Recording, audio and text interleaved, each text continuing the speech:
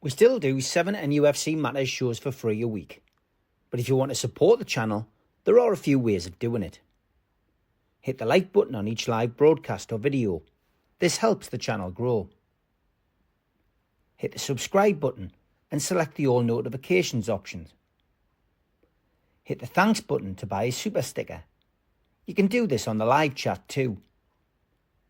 You can also join our Patreon page or buy us a coffee at the link in all of our video descriptions below. We are also looking for sponsors. If you want our latest advertising rates and how you can get involved, then email John at nufcmatters1892@gmail.com. Thanks for watching.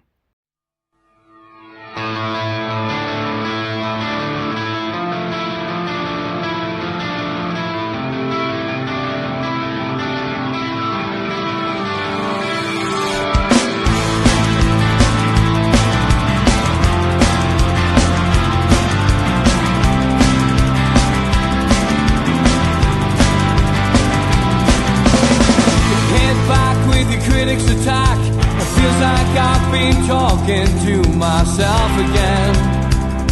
But it's the only way you're ever gonna learn. You look back and it's all in the past. I'm dwelling on the thoughts I cannot say to you.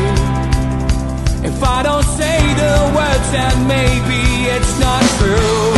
And it feels alright when they come and say to you, you're the only thing that makes us all believe. Hi, welcome along to NUFC Matters. Welcome along to another episode of Those Were the Days. And George, you're going to take us on a slightly different trip today. Over to you, mate. Yes. It's we tend to forget that the aim of the game is to score goals, and we've always been blessed at Newcastle with a list of people who could do exactly that. So I thought I'd dig out the 10 best, going from 10th at the bottom and back up to number 1, and talk about the various careers and what these people gave to Newcastle United and how outstanding they were. It was an idea that I hatched a while ago, Steve. It couldn't be more topical, considering what's happening around us at the moment, and in every sense of the word. So, yeah, let's just talk about people who scored goals, and go from number 10 to number 1. And number 10, there he is, Brian Pop Robson. Really, really talented player. He was picked up by Newcastle from Clara Vale Juniors, and strangely, a bit like Chris Waddle came from Tower Law, and Harvey put him straight in the first team. Well, that's what virtually happened to Brian Robson. He was playing for Clara Vale Juniors 1 week, and 2 weeks later he was in the Newcastle first team. His career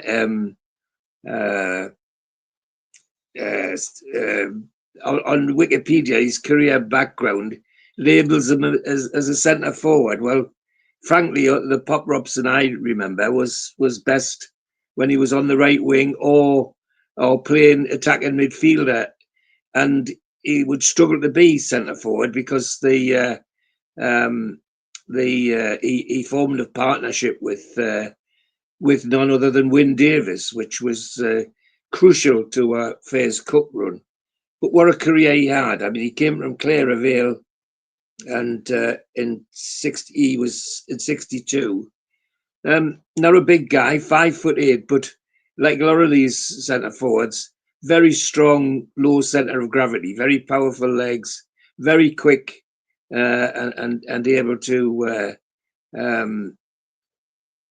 kick well with both feet. And he was for someone who wasn't that tall, he was very good in the air.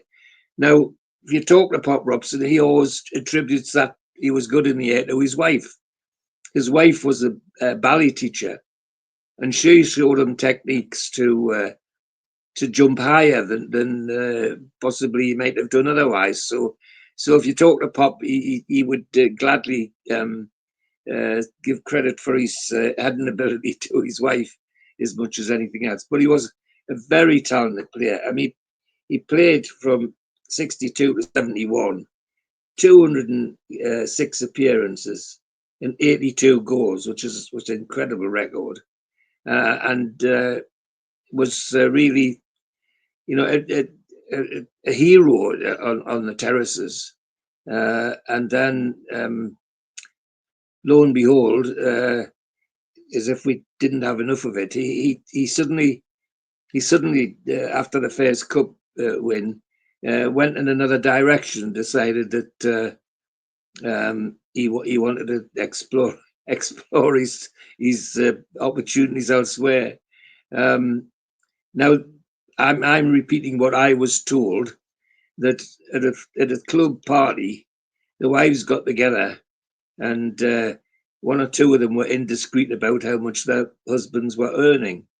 And what came out of that was that Robson wasn't by far the highest earner, yet he was the top goal scorer. And the net result is he downed tools. He went on strike, basically. And he announced it in great gusto. He went to see Seymour to see if he could get an increase, and was knocked back. But he held a press conference at the Five Bridges Hotel with him in the middle, his wife on one side, and his mother-in-law on the other, and saying that he wanted a rise or he wanted a transfer. Well, of all the people to do that to at that time, he was never going to get anywhere with Seymour. So he was virtually put up for sale, for auction. And I'm reliably informed that he was sold to West Ham, a deal which he virtually negotiated himself, which was amazing. And off he went in 71 to West Ham, where he played another 120 games, scoring 47 goals.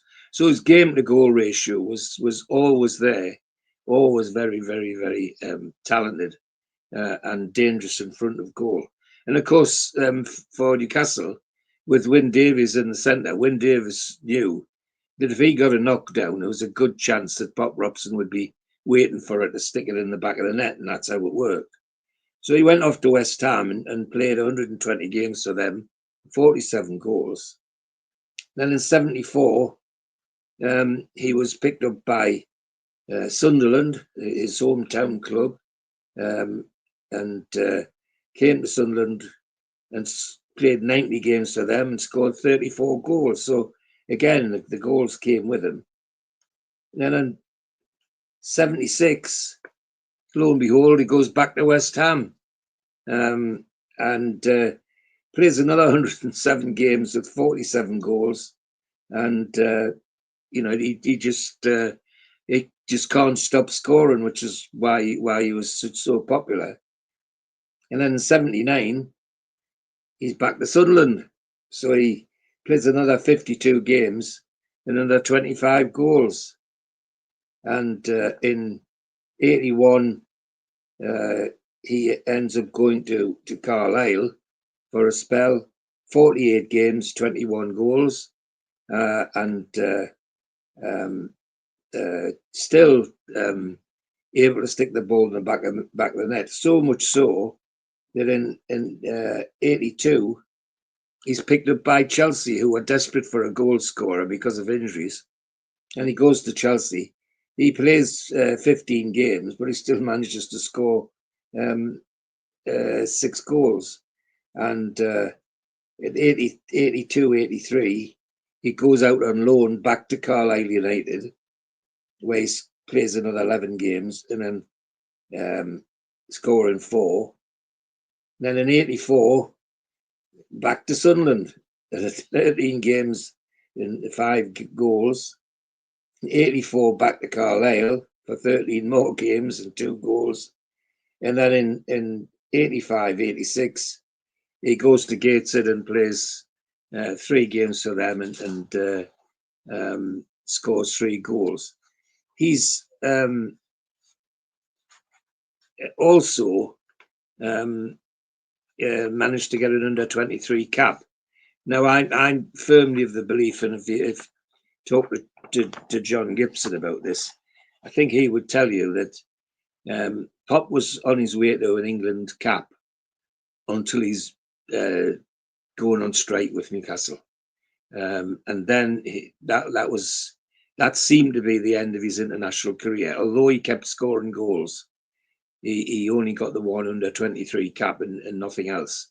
And I'm led to believe, and I talked to John Gibson about this, that part of that was that the powers that be weren't very impressed with the fact that he wanted out of Newcastle, and he did it in a particular way, which didn't go down well. He tried his hand at management, and he managed Sunderland for a year, 84, as caretaker manager, and he went back to Carlisle as manager, but that wasn't very successful, and basically ended his career as a part-time coach and so on. But I think by then he was well into his golf and doing all the things that ex-footballers do. He was a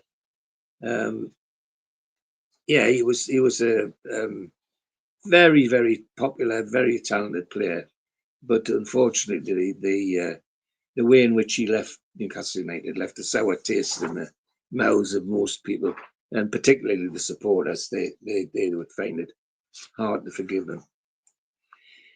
Right, moving on, we go to Neil Harris, who is our next number 9 goal scorer, and another centre forward who's only 5'7", would you believe?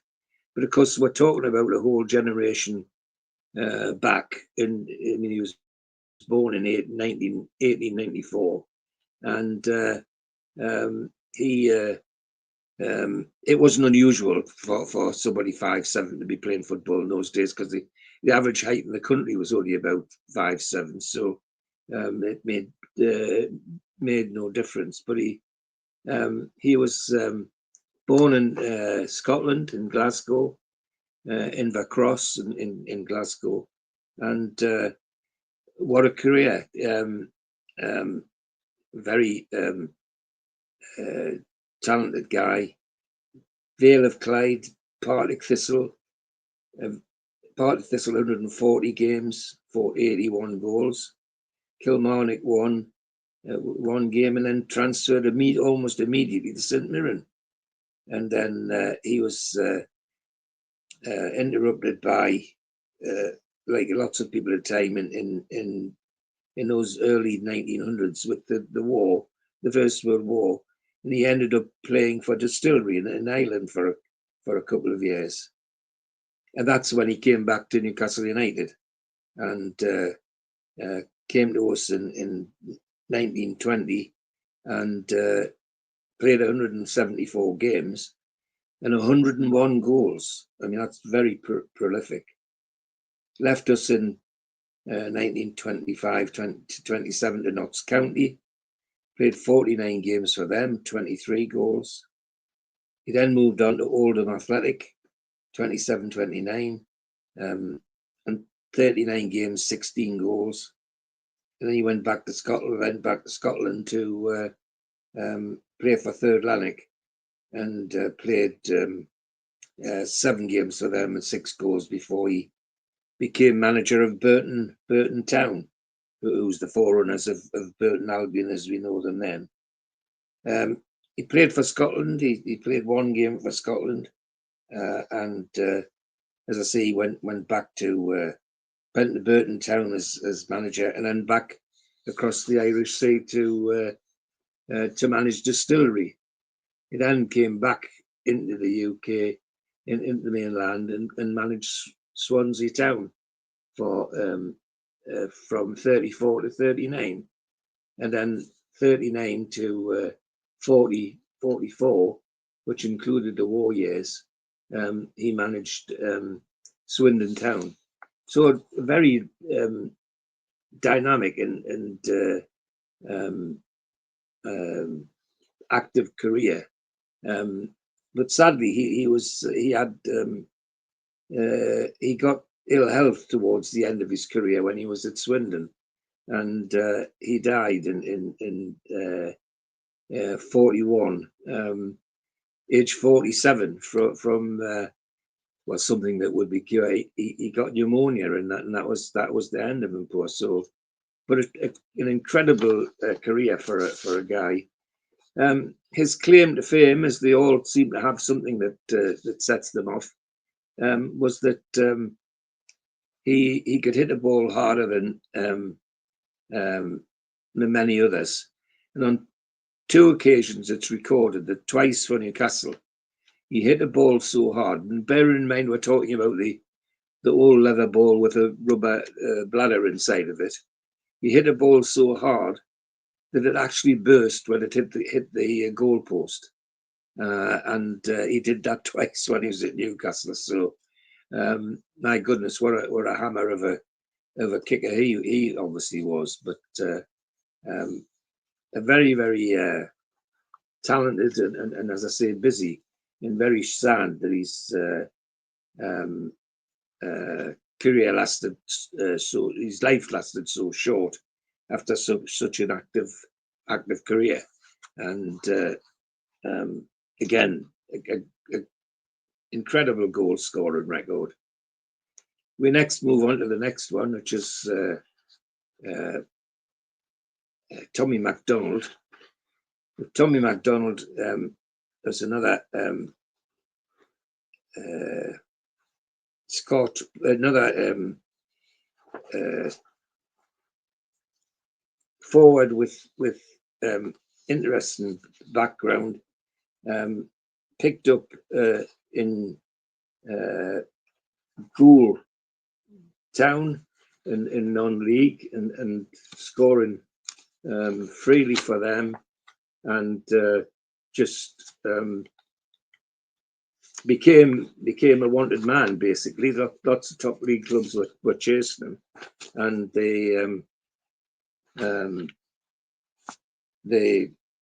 he ended up at York City in 1930, 31, 33, and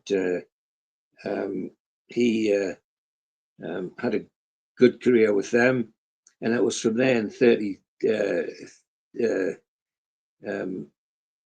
He was then with us at Newcastle, where he played a total of 100 and odd games and 80 odd goals. I mean, just incredible scoring record.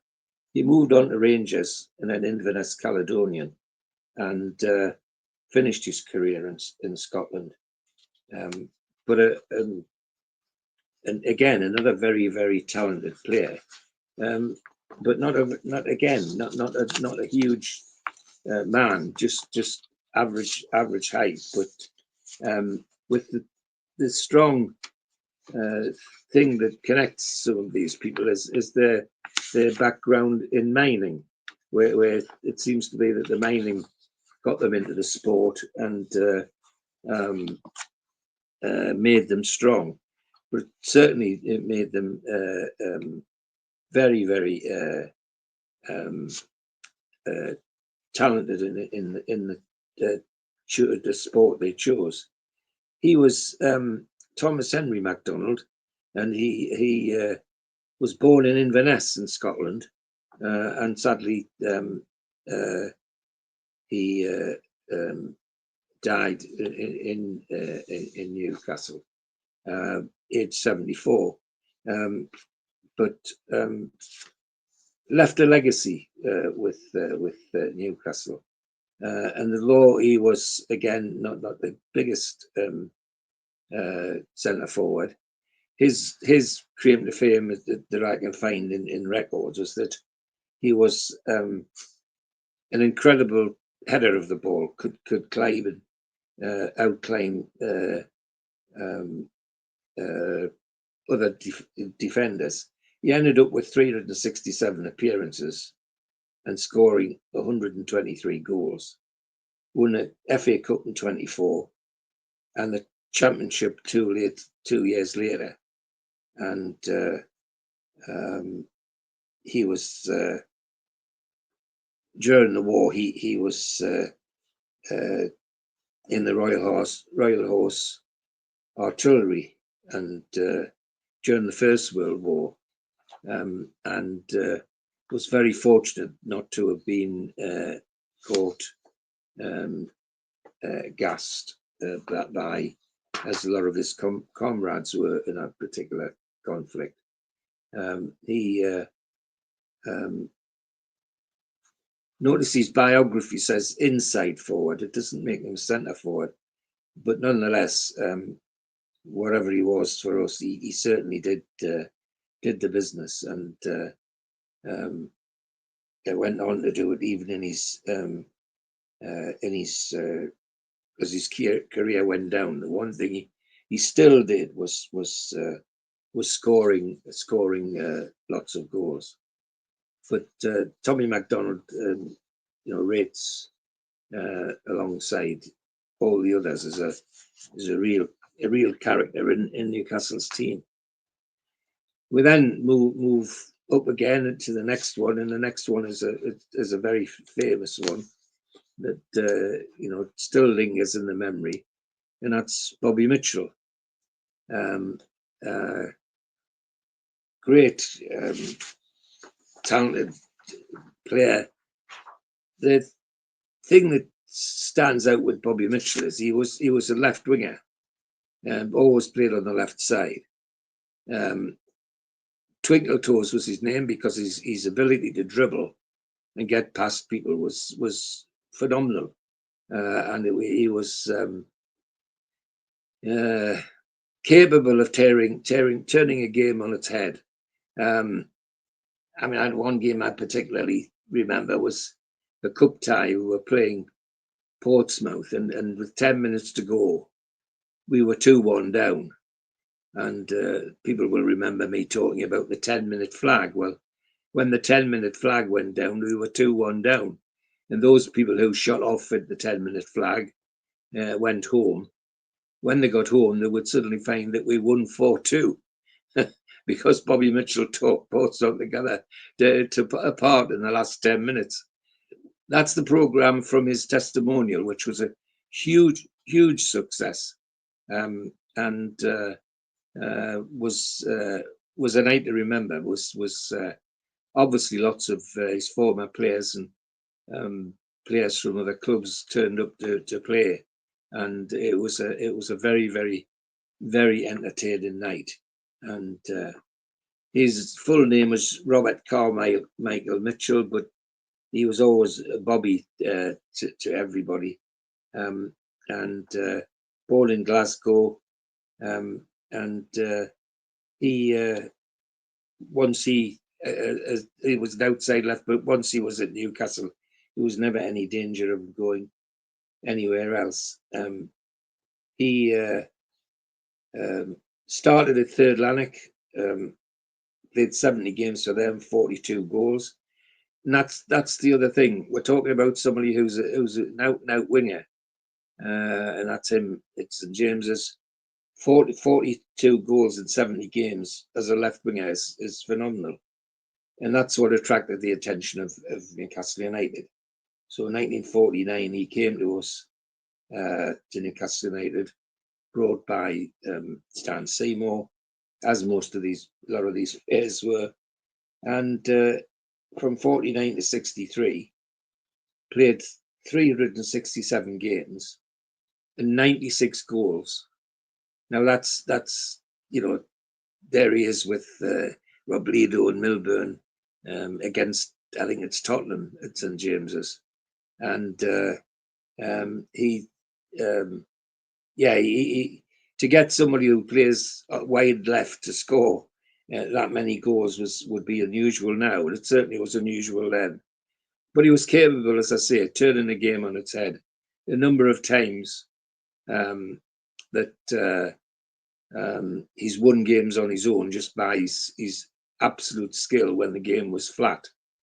The other thing, if people like me remember, is that because he was so talented, he was always a target for the roughhouse fullbacks who thought they could kick him out of the game. and some tried. The mistake they made was that the captain of the team was then Joe Harvey, and it wasn't unusual if the fullback was being a bit heavy on Bobby Mitchell for Harvey to switch places with Mitchell for 10 minutes and exact his own revenge on the fullback. And then Bobby would go back and do his business against them later on. But a tremendous talent. And also a gentleman, a really nice guy. I had the good fortune of meeting him a couple of times when I was at Newcastle when he came in to see the staff, and he just was a lovely man, and ended up as the manager of a pub in Cochrane Park, and which became very popular. So he went to Berwick after Newcastle, played 51 games for them and 20 goals, and then he had a couple of seasons at Gateshead, but he didn't play many games. He was kind of player manager. He didn't play a lot for them. But his career in total is 488 games and 147 goals, which for a left winger, somebody who plays wide left, is quite something. In 1951, he got 2 Scottish caps, played for Scotland twice, and while he was in Scotland at Third Lanark, he played for the Scottish League 11 twice and scored 2 goals, which is probably what got him his Scottish caps. So, as I say, finished off his football career as a manager at Gateshead. But it wasn't long. That didn't last long. And after his football career finished, he ended up managing the Lochside pub in Cochrane Park, which was a popular watering hole anyway. But with him as manager, it made it even more popular. And of course, to his credit, he won the FACup with Newcastle 3 times. 50, 50, 51, 51, 52, and 54, 55. So he really did have a really blistering career. The 55 Cup final, having said that fullbacks used to try and kick him out of the game, Manchester City were our opponents, and Jim Meadows was a huge guy, played right back for Manchester City. And he went very early in the game, about 20 minutes. He went into the game with a very hard tackle on Bobby Mitchell, and with the intent of taking him out of the game. But unfortunately, as he went into the tackle, he fell badly and twisted his knee, and so he eventually, within 20 minutes, was taken off because he couldn't even continue as a stand-in. So the fact that he could do that and get such a following as a left winger was tremendous. And as I say, I'm delighted to be able to say that it's somebody I watched and enjoyed watching. Our next goal scorer is the one and only Peter Beardsley. Peter Andrew Beardsley is his full title. Peter is one of the most talented players to wear the black and white shirt. I've got Supermac next, number 6. Oh, sorry. All right. Right. You might Okay. your paper disorder. Okay. I've got it. Yeah. Malcolm MacDonald next. You're right, Steve. And we were very persistent. Joe Harvey was determined to have Malcolm MacDonald from Fulham, and he was scoring goals for free for Fulham and doing what what you'd expect of a raging goal scorer, but he had blistering pace and could shoot like cannonballs from either foot.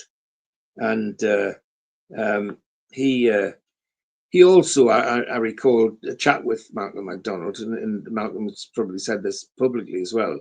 He recalls when he was a young kid trying to make it with Fulham, that he met Bobby Robson. And Bobby Robson's words of encouragement were, with a left foot like that, there'll always be a place for you in football. And his prediction was right. He always had a place at football. Anyway, he started his professional career, semi-professional career, at Tunbridge Agents, and then Fulham picked him up in 1968, and he went there and played 13 games and scored 5. In 69, he went to Luton, where he became a massive attraction. In 88 games, scoring 49 goals. He was the outstanding centre forward of the day. And Joe Harvey pursued him and pursued him and pursued him. And eventually in 71, got Malcolm to come to Newcastle in a great buy. It made such a difference to the team. Now, we're talking about heroes. Here's a man who comes from Luton to the Northeast, and first game against Liverpool of all teams, and he scores a hat-trick. I mean, it was just incredible. It was one of the moments, one of those games where you slot it away in your mind and you think, well, yeah, I'm glad I was here for this, because he was outstanding. And of course, I know at that game, Malcolm even now talks about how did the crowd get to invent a song about him, and he had hardly been in the team very long indeed, and became obviously a folk hero for us, and loved the area so much, as so many of the players do, and still remains a well-loved figure in the northeast of England. He stayed with us till 1976, when Arsenal decided they would like Malcolm MacDonald in their side, and bid the then record transfer for a British player, and it's an odd one, £333,333.34, and that peculiar sum arise because of the Arsenal chairman's desire to make it a little bit bigger than somebody else's fee, and negotiate it with Newcastle. But he went on to play 54 games at Arsenal, and score 84 games at Arsenal, and score 42 goals. I mean, that's absolutely phenomenal. In 77, when he was looking to turn his career down, he went to Australia and played for South Melbourne team, only playing 3 games but scoring 3 goals. He stayed out there, Rob, and then had a very short spell in Germany on his way home, scoring 5 goals in 9 games, with a total being in his career 424 games, 207 goals, which is absolutely phenomenal. In 72, he was first capped, the under 23 caps, he got 4, and it was inevitable he would play for the full side, and in 72 to 75, he capped 14 times and scored 6 goals. He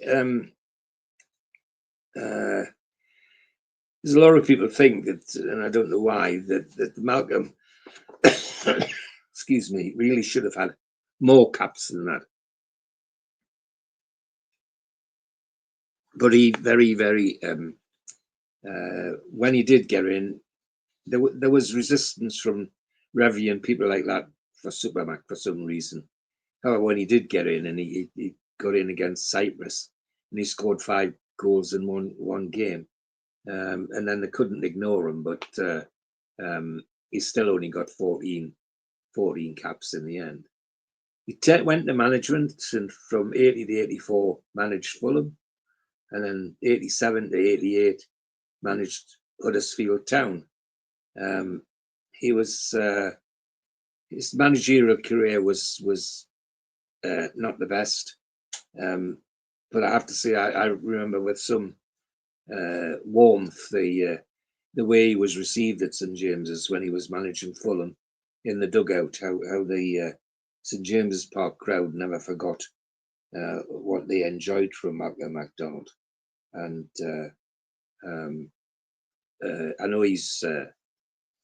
One of his big disappointments was the 74 Cup final when we lost to Liverpool.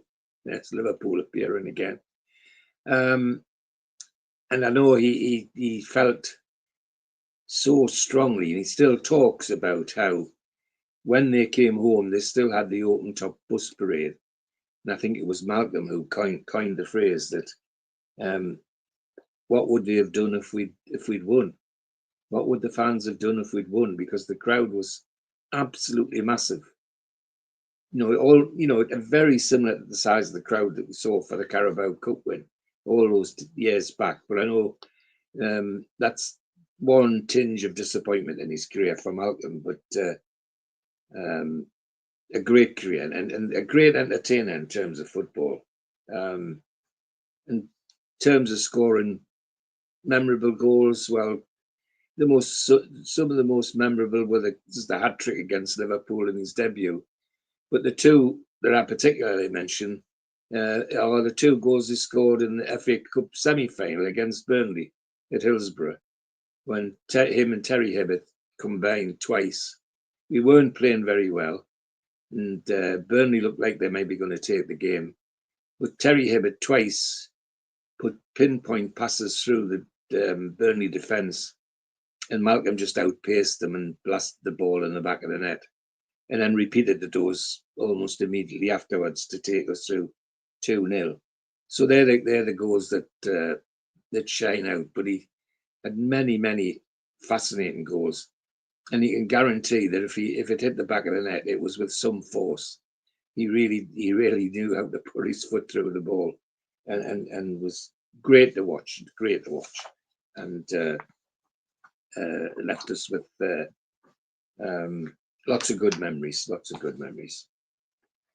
And now we catch up to Peter Beardsley.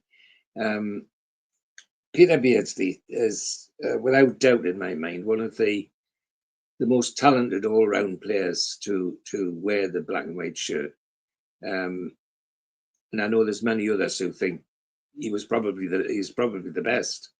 And I hover on that one. I have a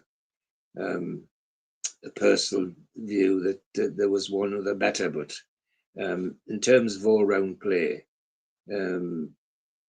people talk about nowadays all the jargon for midfielders nowadays is box to box.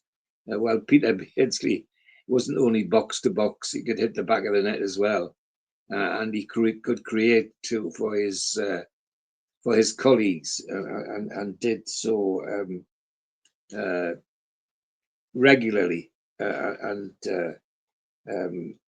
He's Peter Andrew Beardsley, and from Long Benton.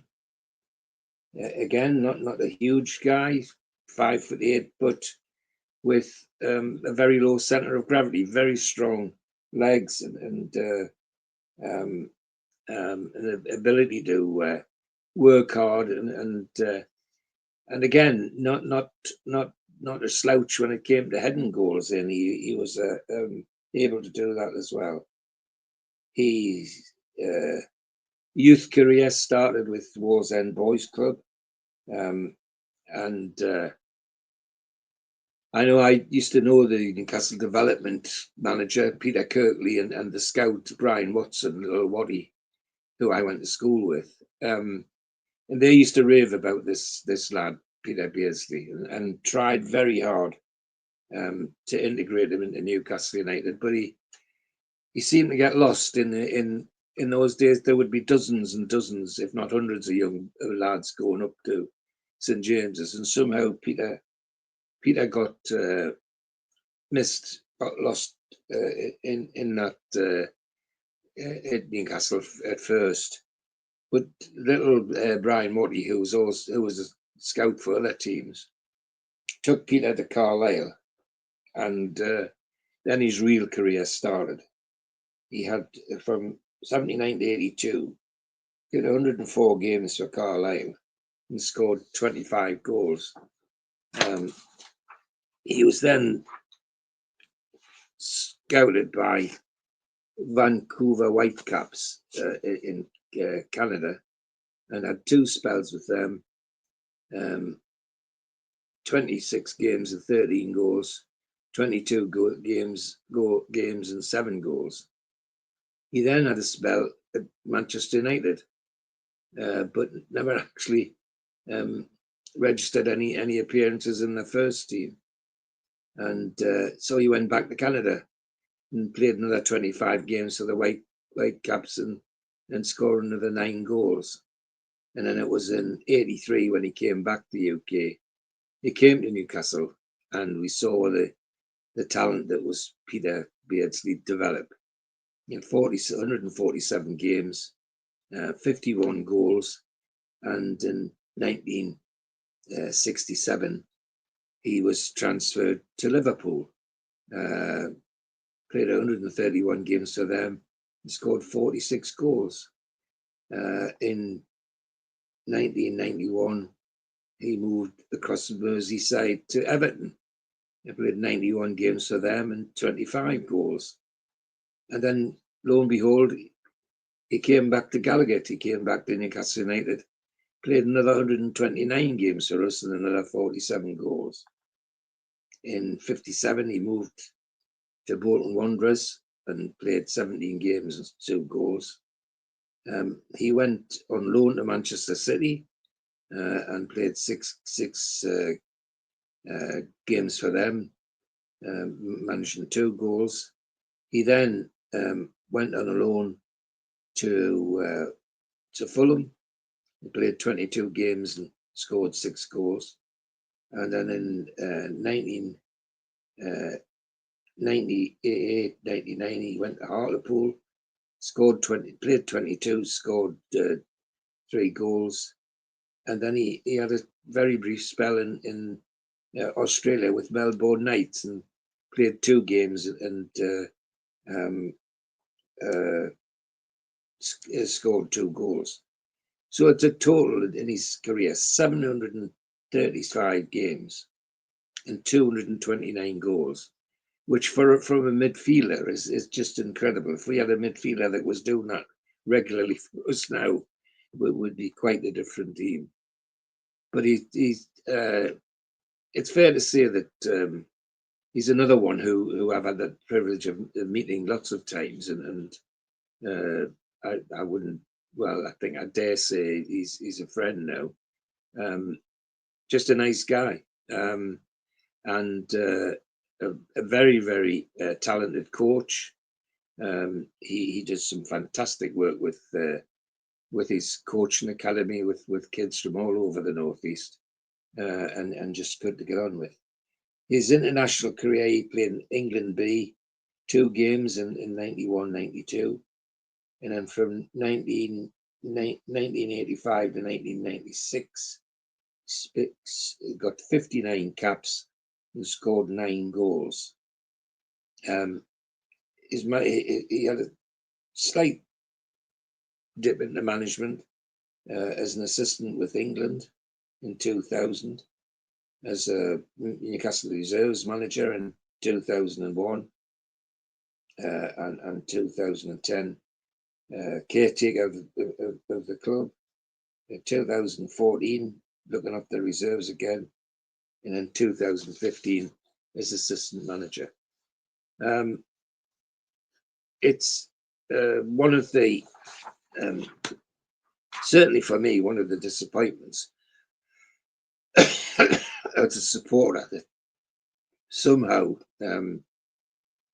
Peter got lost in the woods, and I'm not going to go into the history of all of that, but I think it's quite tragic that somebody with his skill and his ability and so on is not ingrained somehow, along with other old players, regularly into the football club.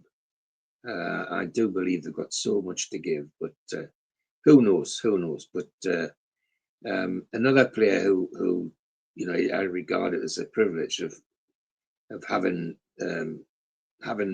watched most of his games for Newcastle United, and then looking in awe as he came back with Liverpool and Everton to torment us, as it were, because he was so good.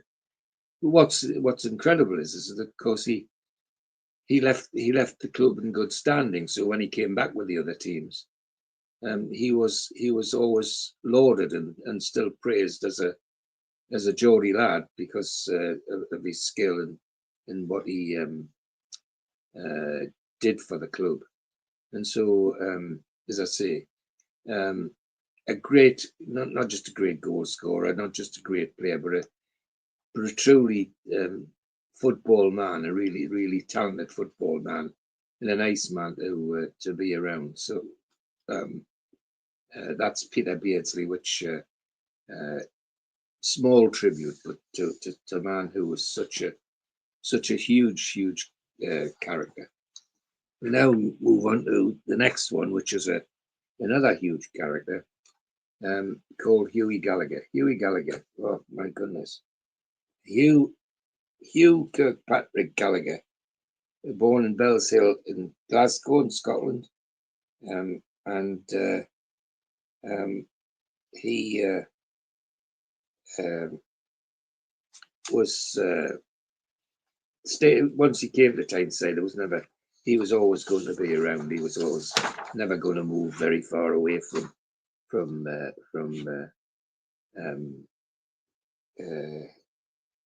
but again, another centre forward who was diminutive.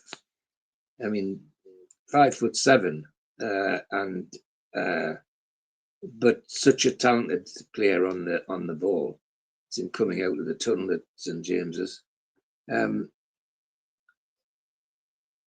He started his career in 1919 at Hartoon Thistle, then Bells Hill Athletic in 1920, then Queen of the South in 21, and then in 21 he started his full professional career at Adrionians in Scotland and played 111 games for them, scoring 91 goals. I mean, that's just incredible. In 1925, he came to Newcastle, played 160 games, and scored 133 goals. I mean, just unbelievable. In 1930, he moved on to Chelsea, and it was a great hoo-ha that he went. And that's the last goal he scored for Newcastle. It's the only action picture I could find of him. And but the other thing is although he left and there was a hoo-ha, when he came back with Chelsea, the first time he came back to St James's with Chelsea, you couldn't get in the ground. It was the night when we recorded our record attendance, which was 68,000. There were many who were there who would say that might be the official figure, but there are many who think there was more like 80,000 squeezing into St James's Park the night that Gallagher came back, and a testament to how well thought of he was of Newcastle United by Newcastle United fans, and as I say, it created the record attendance that we have, which is 68,000. He's played 132 games for Chelsea, 72 goals. 34, he went to Derby County, played 51 games for them and 38 goals. 36, he went to Notts County, 45 games for them, 32 goals. He then went to Grimsby Town, 12 games and 3 goals. And then, lo and behold, he came back to Tyneside and played 34 games for Gateshead, scoring 19 goals. So in his total professional career, he played 527 games and 377 goals, which is just unbelievable. Tremendous goal scoring record.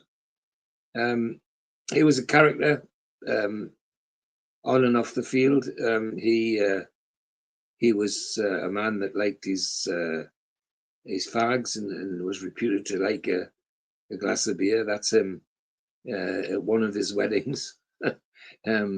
He was a very, as I say, a real character both on and off the field, and but he left a legacy, which is why we still talk about him today. He had 20 caps for Scotland and 24 goals in 20 games for your country. In 25, he's played for the Scottish League 11 when he played for Airdrieonians, and was just outstanding.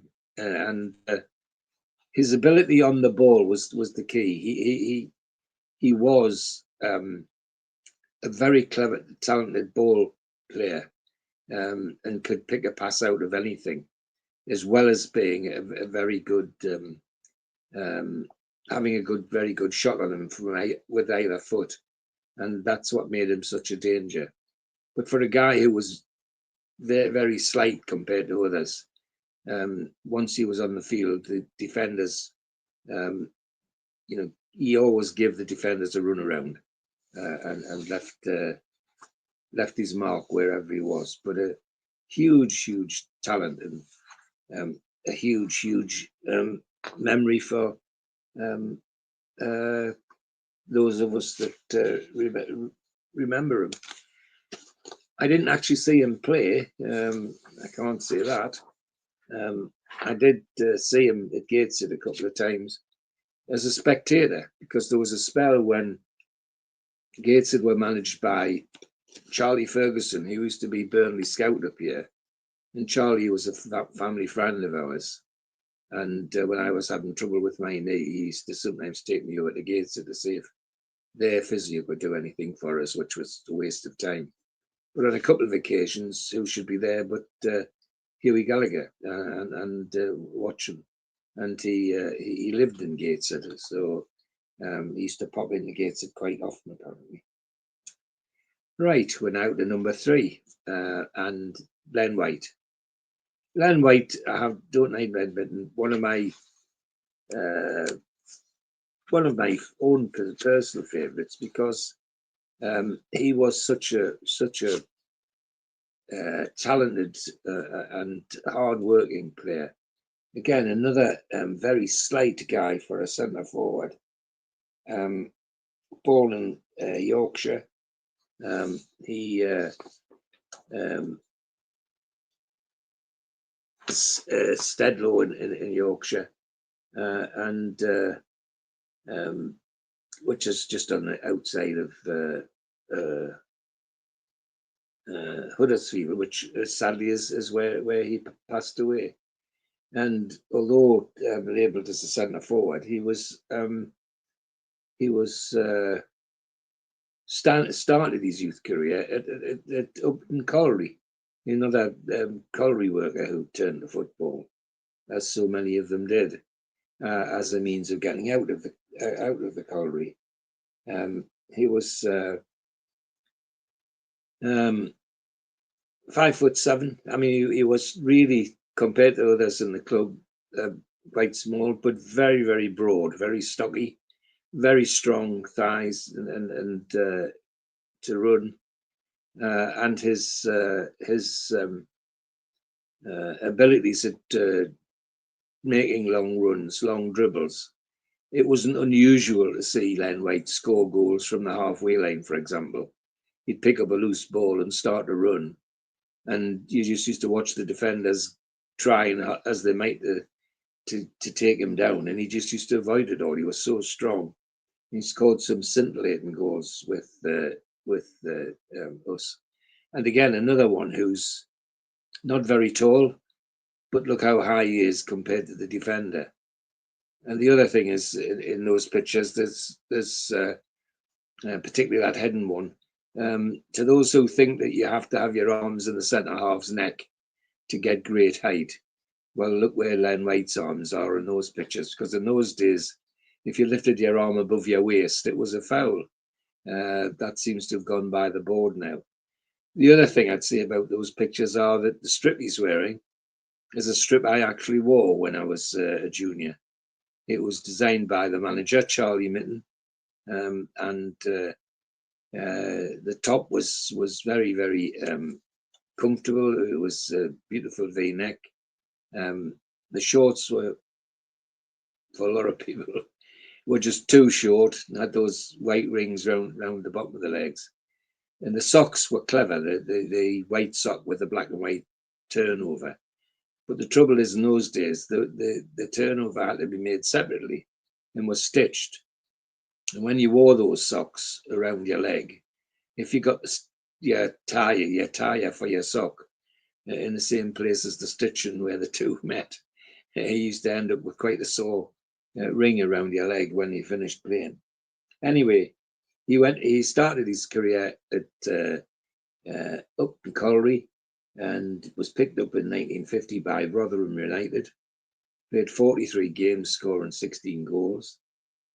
And an astute Stan Seymour picked him up from Rotherham, and in 53 he joined Newcastle United, where he stayed till 1962, playing 269 games and 153 goals, which is, again, incredible record for a forward. The other thing I liked about Len White was he was just as much a danger on the right wing as he was through the centre. A bit like Jackie Milburn, who was a very talented right winger as well as centre forward. But so was Len. He was a very, very, very, very dangerous winger. And in 62, he left us to go to Huddersfield. He left us really in that 62 season. He got a very, very bad injury at Tottenham Hotspur. They had a captain and midfielder who was labelled in those days as a hard man called Dave Mackay. And Len White got a Dave Mackay special tackle.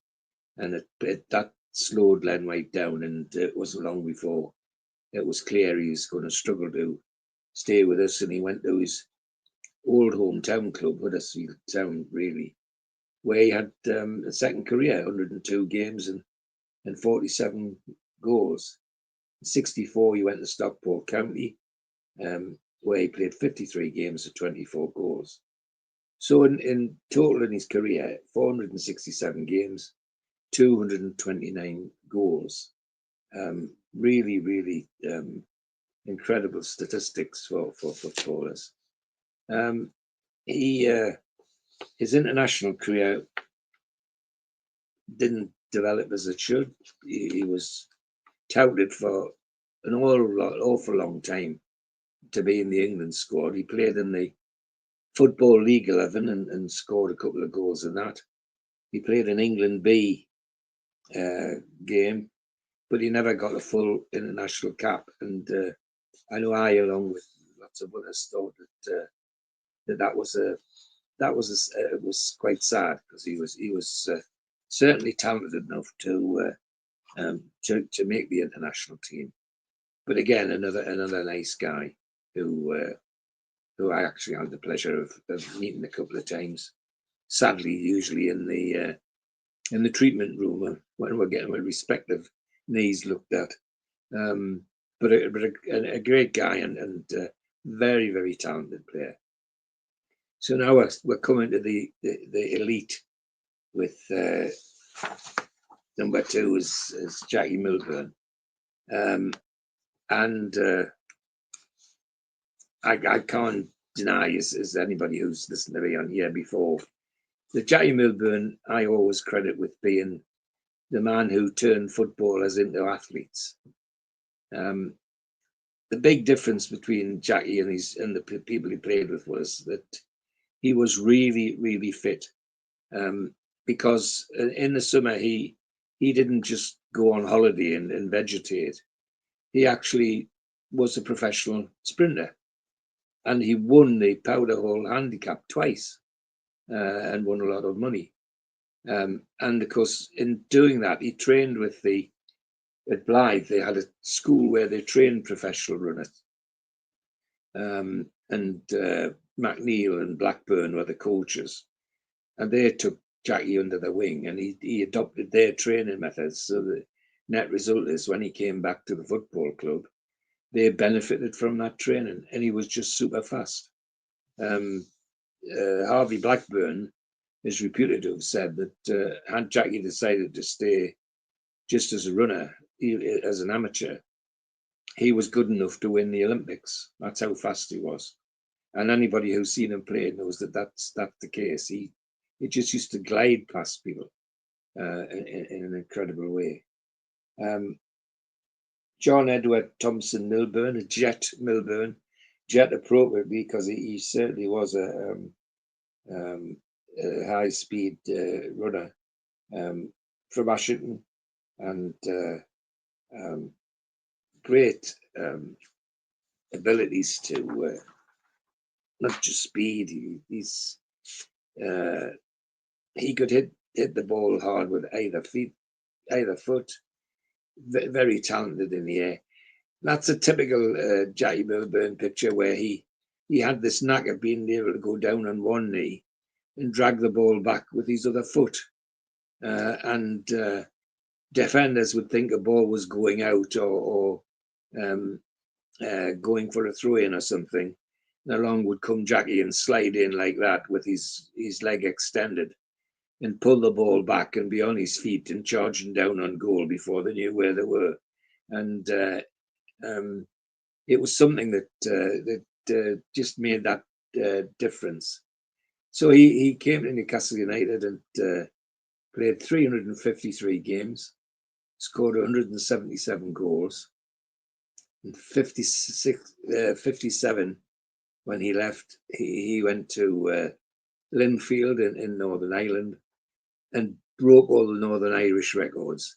That's his header in the cup final against Manchester City. In 45 seconds, we scored. Manchester City had been persuaded that Jackie Milburn couldn't head the ball, and they left him on the edge of the penalty area unmarked.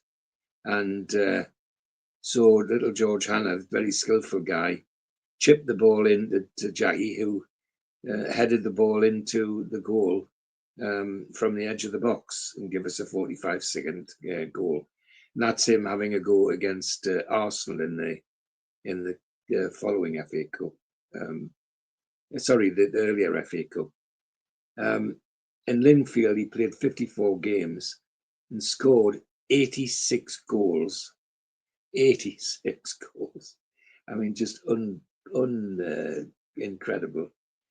He came back to England for a short while with a couple of years with Usley in the Midlands Premier League, and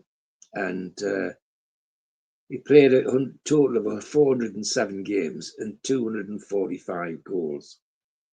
13 caps for England. There are many who believe, and certainly in my house where they're all Jackie Milburn crazy, felt that he should have had a lot more caps. But of course, he was playing on the right wing. You had Stanley Matthews, who everybody wanted. Tom Finney from Preston as well, all wanted to be in the same team. And at centre forward, you had Nat Lofthouse,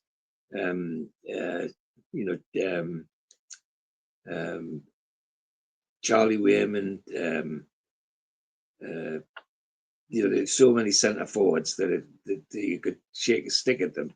But Jackie managed to get in, and they thought that for a while he might not get into the team, but he he was picked for the League of England against the League of Ireland, which is a precursor to the internationals. And in that game, he scored 5 goals. So the selectors could hardly ignore him after that. And so, as I say, he ended up with 13 caps over a period of 6-7 years and scored 10 goals. He managed Linfield in Northern Ireland. He was at Useley. He managed Useley as well, and then he went on to manage Ipswich Town. Now, this is another strong link we have with that club, with Bobby Robson and Jackie Milburn at Ipswich. But there are many at Ipswich who would say that their current training facilities and their scouting system was set up by Jackie Milburn. That picture of him is an interesting one because it's from a video where he talks about Paul Gascoigne, and that little video is worth a watch if you can dig it out. It really is him saying so much about Paul, which was to come to fruition. So he then switched tack when he left Ipswich and became a journalist and wrote for many years for the News of the World. I have a very personal feeling towards Jackie because when I was at Newcastle as a boy, I was 15-year-old. In those days, you went to St James's to find out where you were playing. And I went to St James's on this Saturday to find out where I was playing. And one of the coaches, Benny Craig, great man, lovely man, great fullback in his career days. And Benny was waiting for me. He said, "George, you're going to North Road." Now, North Road used to be Newcastle's football ground in Wallsend, where the Lindisfarne Club is now, and there's a housing estate.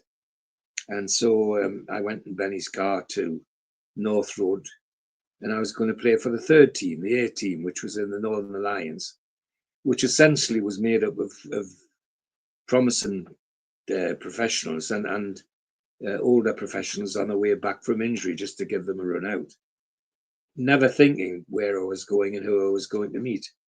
So we got to North Road, we went up the steps into the dressing room, and Benny Craig said, "Yeah, Jackie, here's your left back." And Jackie was, of course, Jackie Milburn. I didn't realise he was the manager of the team. So this 15-year-old hero worshipper took us 20 minutes to catch me breath because I was in the same room as Jackie Milburn, never mind that I was going to play in a team that he was concerned with. So, that personal link is always very strong with me. But again, this time, not a slight man, a 6-foot man, the real talented man, but a real athlete. And if you want an example of that, if you have a look at the cup final pictures in the dressing room where the players are drinking out of the cup and all the rest of it, there's only one man in the whole group that's got his shirt off and got a 6-pack. That's Jackie Milburn. All the others didn't. They had beer belly, some of them, but tremendous man and great athlete.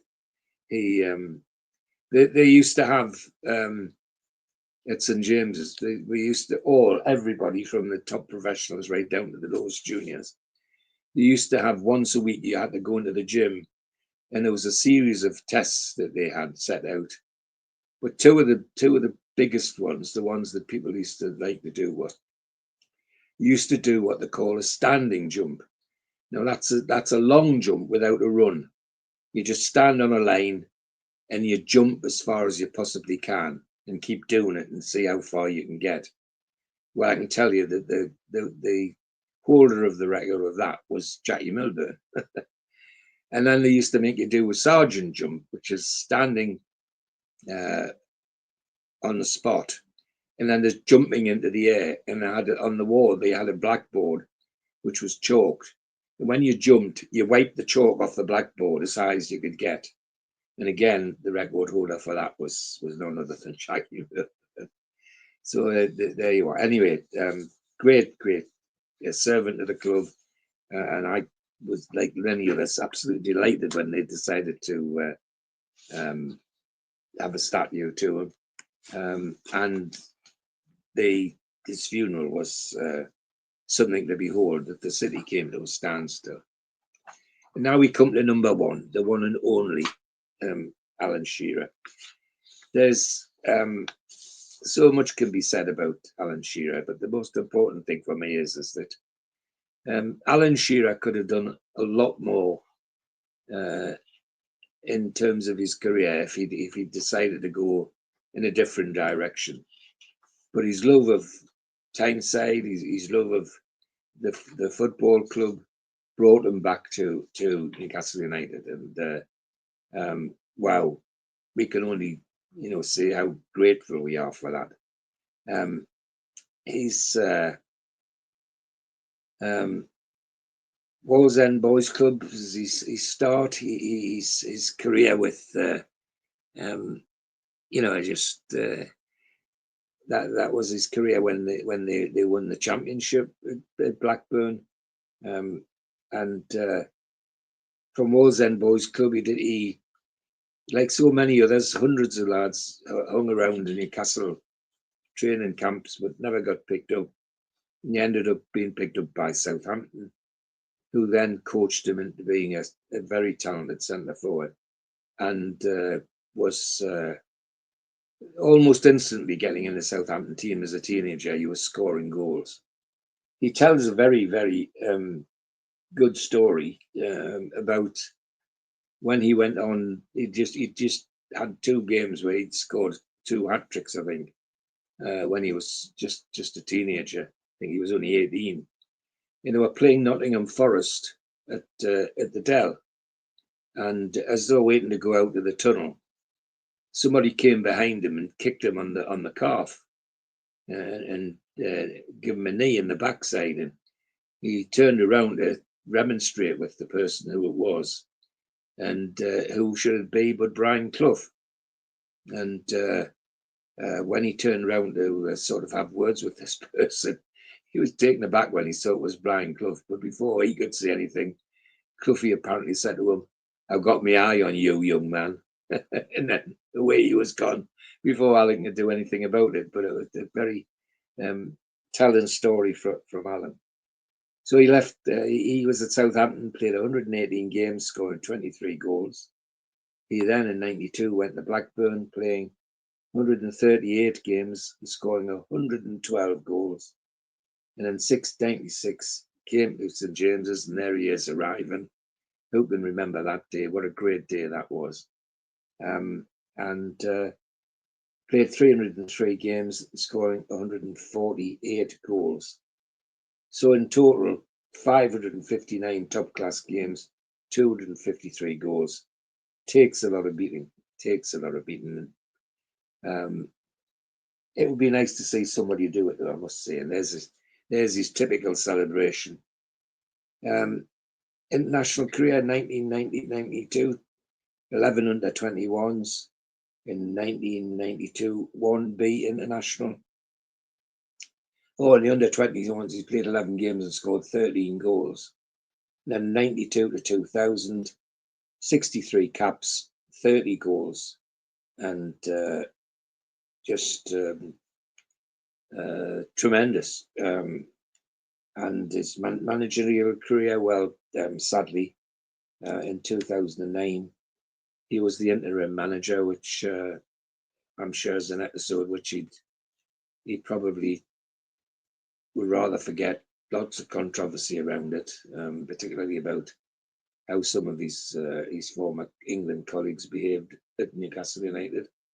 But never mind that never dimmed the bright light that was Alan Shearer. And if you want to talk about attributes, well, his skill at volleying particularly. Alan, I sometimes shout when I'm at matches now, the players, put your foot through the ball, put your foot through the lace. Well, Alan Shearer knew how to do that, there's no question. the number of beautiful volleys we've seen against Everton and other teams that were absolutely phenomenal. And you can see they weren't flukes, because you can see him watching the ball right down onto his foot. But the other thing about him is that for young people thinking about what made him different was he never gave up. A bit like Jackie Milburn in that way he used to stretch his leg out. He never gave up. If a ball was rolling to the corner flag and defenders thought it was going for a goal kick and didn't bother to chase it, sometimes you'd suddenly find Alan Shearer did chase it. And from what looked like a dead ball situation, suddenly he was charging in on goal. And if he didn't score, he made sure that one of his colleagues did. So non-stop, never stop, never give the defence a rest, and always there, either in the air or on the ground, to give them a hard time. But as I say, the thing that I always admire about him is he never gave up. The number of times I've seen a ball going for a corner or a goal kick, and the defenders just sit back, and then who comes thundering in but Alan Shearer. So the tops, I mean, there isn't 559 games, 263 goals. What a career! They don't come. They don't get much better than that now. You've got Salah at Liverpool who might surpass that, but who knows how long his career would last. But so highly appropriate time, I think, in terms of what's happening elsewhere, to talk about people who score goals. And after all, isn't that what we all want to see at football matches? People scoring. Great stuff, George. Thanks for your research. Wonderful show. I'm sure everybody out there enjoyed it. Look forward to seeing you next time. Good to see you, Steve, and thanks for watching, everybody. A big thanks to all our sponsors, Skips and Bins. You can find them at their website, skipsandbins.com. Contact them at www.skipsandbins.com/contact. Say hello to low-cost waste disposal with pay-as-you-go and contract waste management. A big thanks to Mr. Vicky's Sauces, handmade in Cumbria. You can find them at their website, mrvickies.co.uk, email info@mrvickies.co.uk, or telephone 01768 210 102. Thanks to our fanzine sponsor, United Group Travel. There are no strangers on our tours, just friends you haven't met yet. 2 crew driver and courier, local family company, 3-star plus quality hotels and no interchanges. Hot and cold snacks and drinks available on the coach, all excursions included. Their website, unitedgrouptravel.com, email beverly.ugtl@gmail.com, telephone 01670 632 460 or 0791 666 4174. Just £30 per person deposit. Thanks to Media Arts for all the help with the technical side of things. And if you like listening to us as a podcast, you can go to Sports Social Podcast Network or to iTunes, Spotify, or other podcast providers. If you want to support the show, then hit the subscribe button. It's free. We do 7 shows a week. Hit the little thumb up under the video, which is the like button, or click share to share to your social media. You can also join the channel on YouTube by hitting the join button for as little as $1.99 a month.